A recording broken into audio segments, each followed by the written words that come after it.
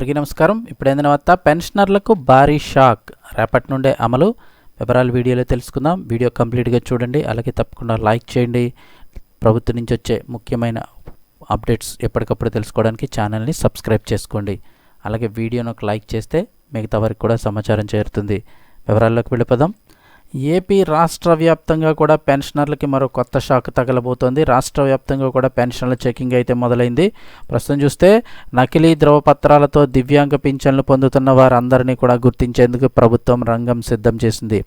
సోమవారం నుంచి క్షేత్రస్థాయిలో పరిశీలించేలాగా అధికారులు చర్యలు చేపట్టారు. నిన్న నుంచి మొదలైంది. అధిక మొత్తంలో దివ్యాంగ పెన్షన్ పొందుతున్న వారిలో అనర్హులు ఎవరున్నారో వారి లెక్క తేల్చేందుకు ప్రభుత్వం సిద్ధమైంది. పక్షవాతం, నరాల బలహీనత ఉన్నట్లు తప్పుడు పత్రాలతో లబ్ధి పొందుతున్న వారందరిపై కూడా వేటు వేయాలని ప్రభుత్వం నిర్ణయించింది. గత వైసీపీ పాలనలో దివ్యాంగుడికి నెలకు 3,000 ఇవ్వగా ఎన్డీఏ ప్రభుత్వం ప్రస్తుతం 6,000 రూపాయలు అయితే ఇస్తుంది. అంటే ఒకసారిగా డబల్ చేశారు. ఇక మంచానికే పరిమితమైన వారిని వ్యాధిని బట్టి 3,000 నుంచి 5,000 గత ప్రభుత్వం ఇవ్వగా ప్రస్తుతం ఏకంగా 15,000 రూపాయలు అయితే ఇస్తున్నారు. అంటే నిజంగా అర్హత ఉన్న వారికి అవసరం అవుతుంది కాబట్టి వారికి 15,000 రూపాయల వరకు పెంచడం జరిగింది. అయితే చాలామంది వైసీపీ పాలనలో ఆ పార్టీ వర్గీయులు కొందరు అధికారులు వైద్యులపై ఒత్తిడి తెచ్చి నకిలీ ధ్రువపత్రాలు పొంది పెన్షన్లు తీసుకుంటున్నట్లు ఆరోపణలు ఉన్నాయి. వైకల్య శాతం తక్కువగా ఉన్నా ఎక్కువగా ఉన్నా కూడా నమోదు చేయించుకొని పింఛన్ అయితే పొందుతున్నారని ఇటీవల నిర్వహించిన సర్వేలో అయితే స్పష్టమైంది. ఇక ఇప్పుడు అర్హత లేకున్నా వైకల్య ధ్రువపత్రాలు పొంది తద్వారా పింఛన్లు అందుకుంటున్న వారి వివరాలు తెలుసుకునేందుకు ప్రభుత్వ యంత్రాంగం చర్యలు చేపట్టింది.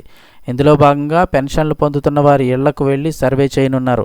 అందుకోసం ప్రత్యేకంగా 4 సభ్యులతో కూడిన బృందాలను ఏర్పాటు చేశారు. అందులో ఒక ఆర్థోపెడిక్ వైద్యుడు, అలాగే జనరల్ మెడిసిన్ ఉన్న వైద్యుడు, డిజిటల్ అసిస్టెంటు, గ్రామస్థాయి అధికారులు సభ్యులుగా ఉంటారు.